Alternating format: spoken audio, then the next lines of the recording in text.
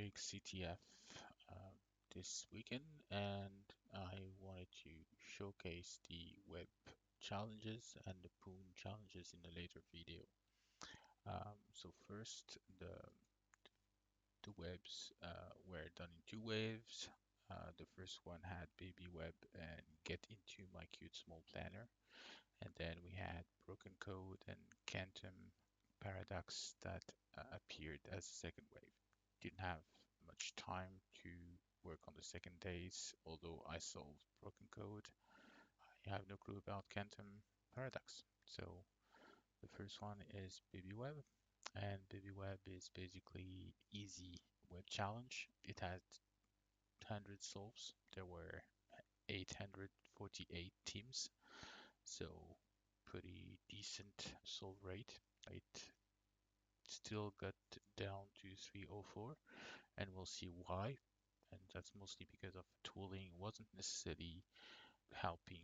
Even though you had the solution, you might not be able to implement it in the right way. So the Baby Web itself is a top cybersecurity firm, is showcasing its new authentication system at a global security conference, and to prove its robustness, they issued a challenge. Can you solve the challenge and the prize? Wouldn't admin with admin privilege help? So if we open that one, we have a page. That page accepts login, and when you ask for login, it gives you a session info. And the session info is basically giving you a token. That token is going to be shown with JWT.io. And if I switch here, we see that it's a token in RS256, and it has username and password, etc. So what else? We need to check if we can access the admin, and admin access has been denied. If we switch to the actual code, we can see that it has like a token. The token itself access admin, and there is a code here, or like an ID public key display. And if I look into the debugger itself, I see that I have a function called get public key, which is basically fetching the public key itself. So for the sake of not having to go there, I will call it right away and have a public key now. So what next? We have a public key.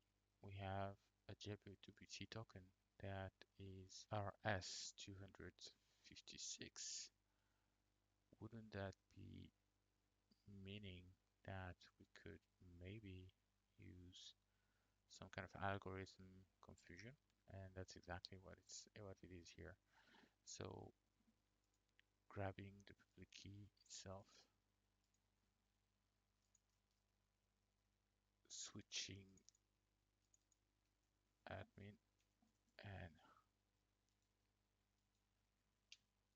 HS, using that one. So if I click admin access, I can see now that I'm getting admin here. So switching to HS and using role admin, I will now use my public key. Make sure that it's an actual string.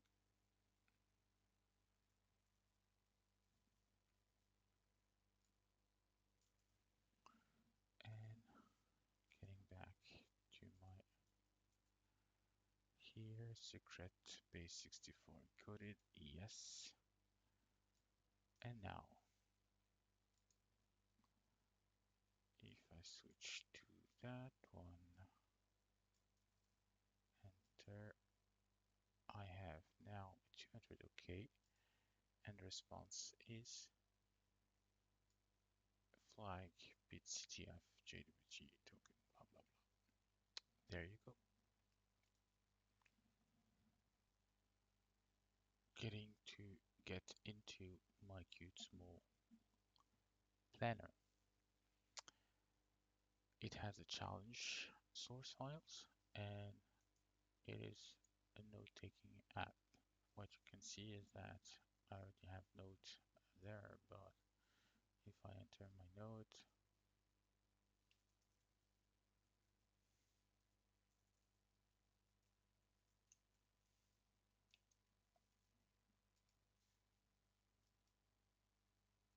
I have my note. Perfect. The origin or the root of the page is showing the text and the list of the notes. So let's look at the source code for this. We have an app.ts and a bot, and of course a Docker file with the packages. So right away I can see that AJS is 110, so nothing really related to SSTI to expect here. We have an isomorphic dump verify 3.20 when verified, it's the latest one. So it's going to be pulling the dump verify 3.2.4, which is the latest and has no known bypasses. Go check now the AppTS. The AppTS itself is an Express node app server that generates a secret and use it to identify the current user. That secret is injected in the session with other different points. We have a CSP middleware, which is injecting for each request and response a nonce and a CSP.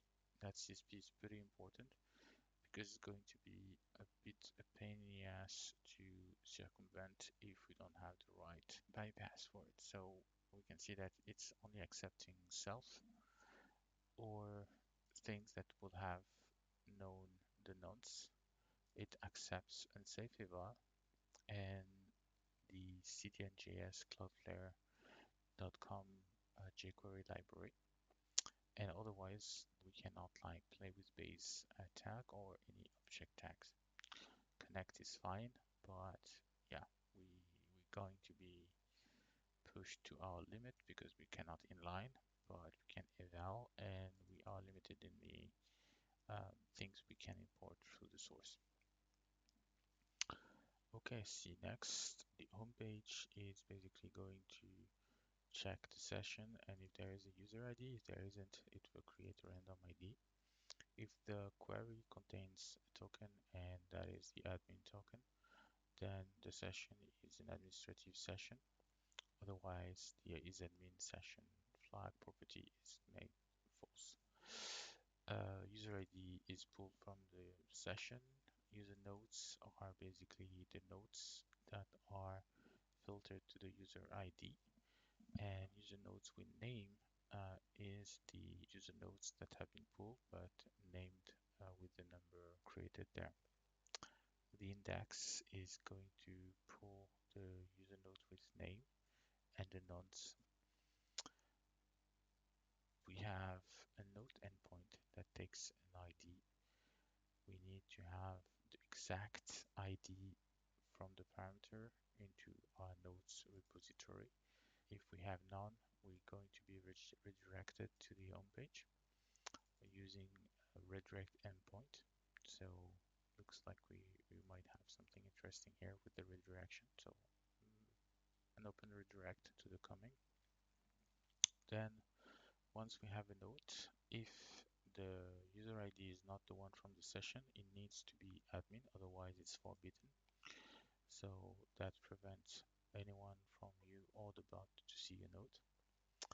Then we are taking the node content and base64 decoding it into a string and rendering the node view with that object. So using a buffer from the content and decoding it from base64. It's important here because when you create a node, you take the body of the node and you assign it to user ID. So if the user ID is not set, it's unauthorized and return for 1. If there is no content, so if you send an empty content, it will also do a forward written bad request. The content will be sanitized with the DOM purify with the configuration that is going to be accepting attributes with data dash. That sanitized text is then taken into a buffer and encoded into base64. That base64 entry is then entered into a nodes array with an ID that is randomized UUID, user ID, and the content itself. And then we redirect to the home page. We see that we have a report endpoint that takes the ID. So the ID needs to be exactly the one that is like already there. If we don't have a node that corresponds to this ID, then we are redirected to the home page. Otherwise, we are calling the boat on that ID and showing a reported message. If there is an error, we get failed to report. And finally, we have a /redirect endpoint, which expect a URL parameter, and if there is none, it's going to be refreshed to Google. Otherwise, it's going to be redirecting to the URL itself through a status code of 301.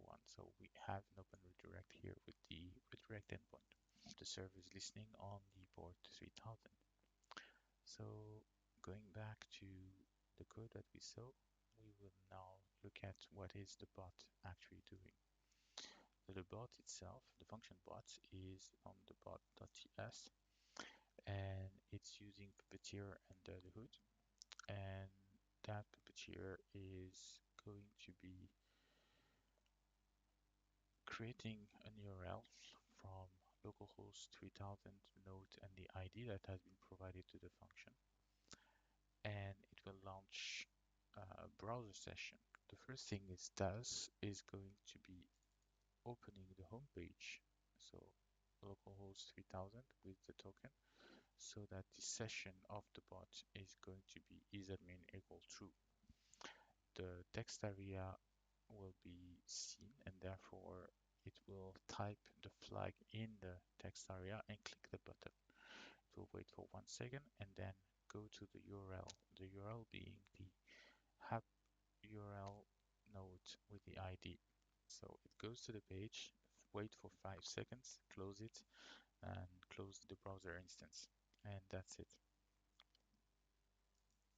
So now, what is the home page doing? The home page is a bunch of styling, but mostly it's a form with the text area being the content and a button that will submit the content to the create endpoint as a post. And the nodes are taking the nodes array and enumerating the node name and the ID itself. So we create a URL for viewing the node and one URL for reporting the nodes. Viewing the node is to show the node content directly and the node ID as we saw when we went to our node here. It was showing the ID and the content itself. Because we know it's using DOM purify, we are sure that it's going to be a nightmare if you want to find a bad path for anything. So like if I go for img src equal x on error equal alert 1, if I save this node, I have my image, but it has been stripped from any event handler that might be malicious. So as usual for this type of challenges, we have a bot and we have a node. So what is expected would be to have an XSS reported to the bot so that the bot can leak and exfiltrate the flag for us. So how can we achieve that? We need an XSS, so we need to bypass the unverified. We need to bypass the CSP, and we need to grab the node that the bot has created to get the flag. So we need to send the content of the bot node onto out of band server. So the first step, how can we create or get an XSS there? Going back to the code, when we create a node, we are base64ing it. And when we look at the node, we are base64ing it. But that's where it's interesting. We have toString ASCII, and the toString ASCII is really important here because the page itself, when we look at the nodes here, it's in UTF-8. It means that if we are entering a Unicode version of character, it's going to be shown into the ASCII version.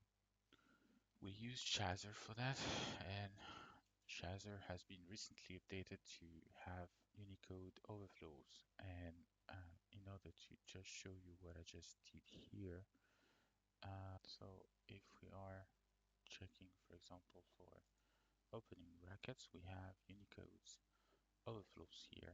And if we check again, we have Unicode truncations.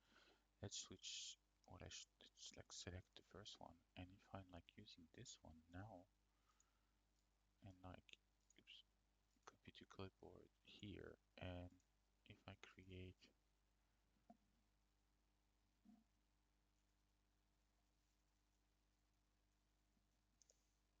and let's find another one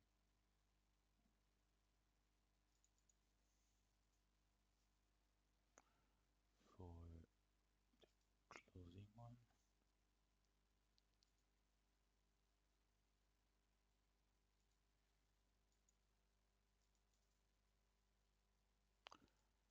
So if I use this one now and go check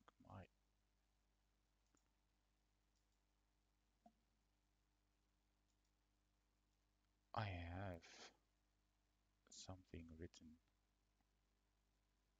with brackets. So what if now I'm using something like space and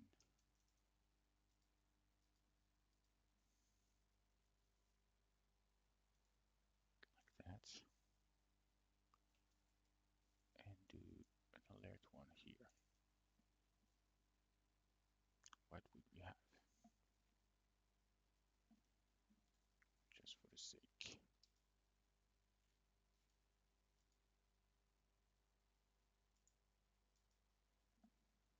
So going back here, I see now that I have a script alert one, which seems to be identified correctly. So we have been able to smuggle a script tag, but the CSP has basically told us that we cannot execute anything because it's not allowing any inline things. Okay, so let's carry on. We have our script. We can do src equal creating myself some scripts here and content type text JavaScript.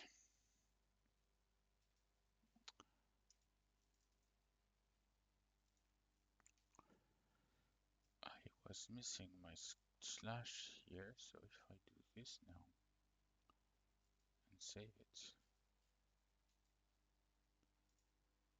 I should have now a script that is pulling from this code. However, still nothing happened, and we still have another CSP blocking everything. So we can do script SRC, but the CSP is becoming a pain in the ass now. We have bypassed the dump verify by doing UTF-8 overflow, but now we have CSP that is kind of like cumbersome. Let's see what CSP evaluator is telling us there. So here it says that we have nothing really working for us. There is a new CSP bypass.com. Might be lucky here. Nothing really here lucky. Okay. I remembered reading something about the CSP redirections and I had to dig again into the specs. And when I digged on the CSP spec, I found that specifically to avoid leaking path information across origin, using content security policy, the matching algorithm ignores the path component of a source expression if the resource being loaded is a result of a redirect. Which means what? Which means that if we are directly loading, so imagine our SRC script SRC pulling directly our script from example.org and not path, it will fail because it doesn't match the policy. Assuming that, of course, our example.org or example.com are part of the script SRC. And directly loading the example.com slash redirector, it will pass because it matches example.com. Assuming now that example.com redirector delivered a redirected response pointing to example.org slash notpath, the load will be successful as the initial URL matches example.com and the redirect target matches example.org because we ignore the path. Going back to our CSP, we see that we have HTTPS, CDN, Cloudflare, Ajax, whatever. So using this spec from the CSP, we could basically, thanks to our open redirect that we identified earlier, so thanks to the redirect endpoint, we could basically load up any library from the CDN.js Cloudflare. And when we're talking about that for XSS, the Angular one comes to mind. So if I use my script src echo http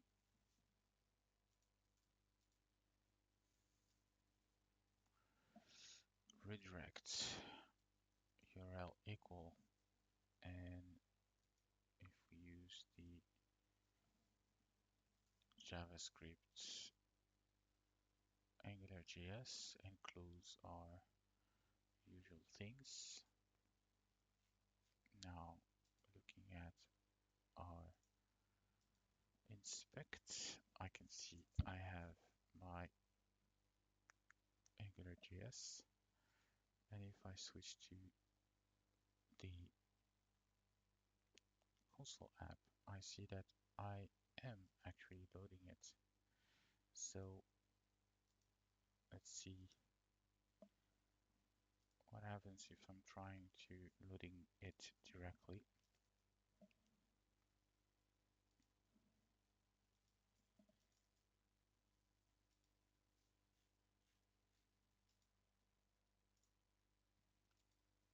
I have my CSP, so I managed to bypass the CSP, which means that I just need to go to the XSS cheat and grab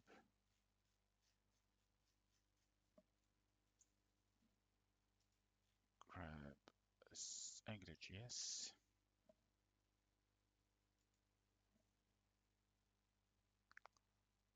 Back to my nodes.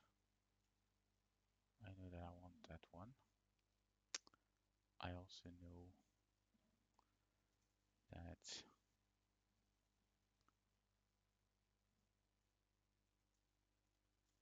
I have been working out this one. So this is the correct way. Now, what happens if here that's how ng app and closing the div. So div should be working, and if I do just ng app, it's not going to be understood because it will have stripped the ng app, which means that I need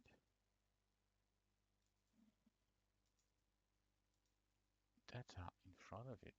Switching to this one instead, I'm using that one, and then I'm alert one here, and using my script just before.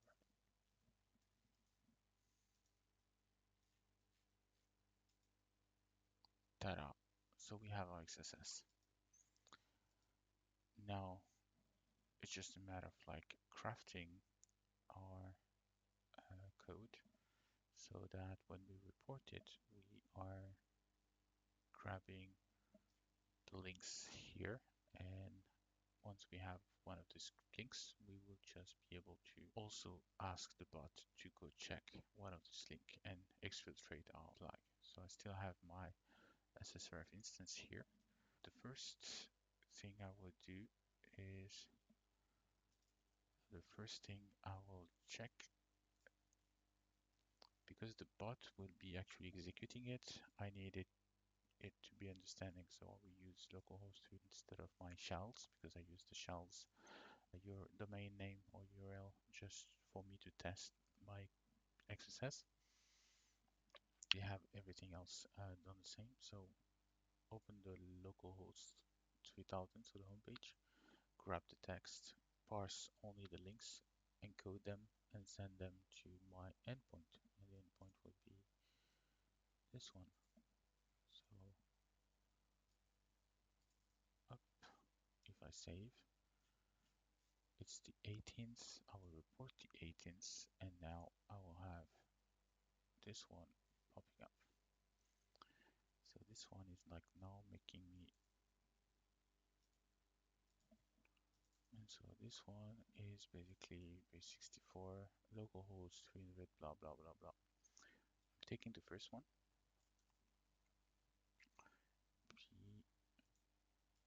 using, grabbing. So I reuse the same, but instead of going for the home page, I will go to this URL and rest text, okay, data, okay, and I want this data to be going to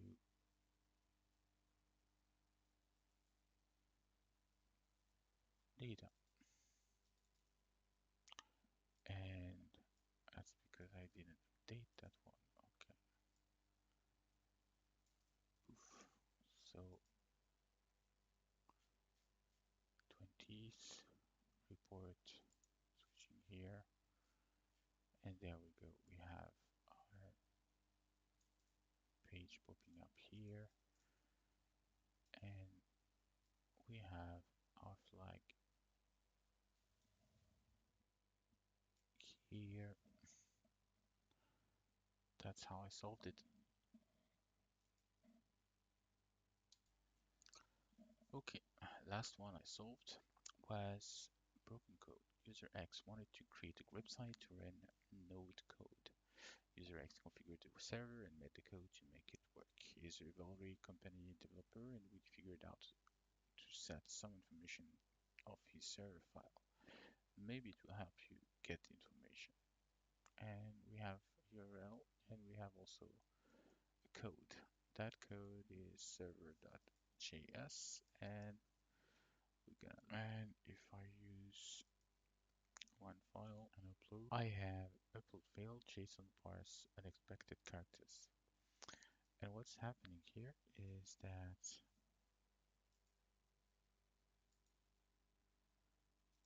we actually get an error that is misordered multi-part fields. File should not follow map, whatever. When we look up this error, there is a quick fix in the issue in GitHub, but it's solvable only on server side, which means that we might not be able to solve it this way. Or at least the code is broken, but we might need to get another way. If we look at the actual code itself, it's also a Node.js Express application with the Express GraphQL middleware and GraphQL upload middleware. That's the one that has an issue.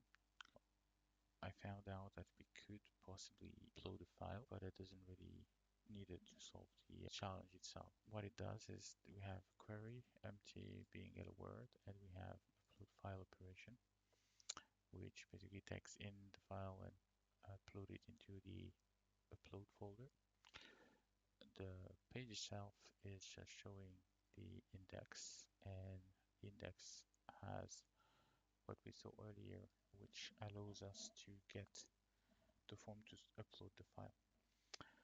And that's the part where we would have needed to update that part here if we want to solve or fix the broken code. However, there is an execute endpoint, and what it does is it takes a file parameter and join it with the upload directory constant, which is set just above here, and it's then doing an exec by injecting the exec path right away. If there is an error, it's removing the file and consoling error the exec path and sending error message. If something is displayed by the promise, or if there is an error in the promise, then same things, we are removing the file and we are showing error.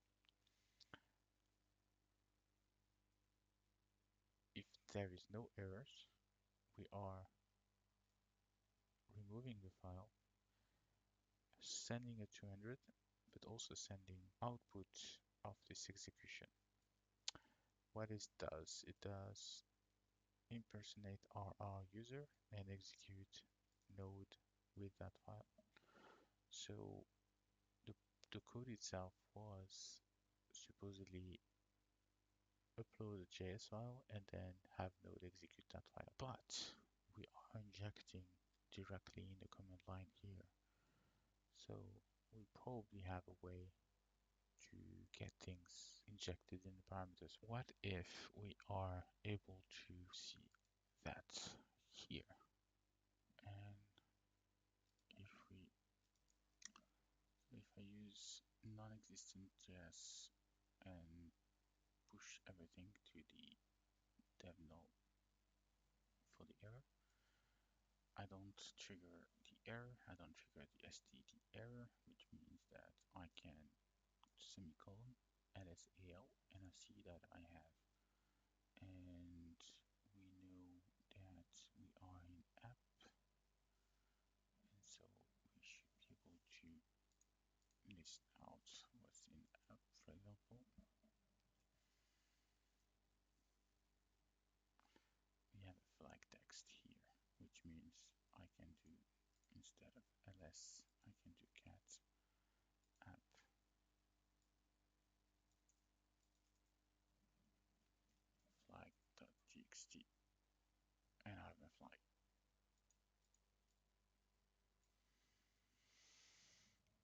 you go. That concludes the 3 web challenges for BitsKrieg India.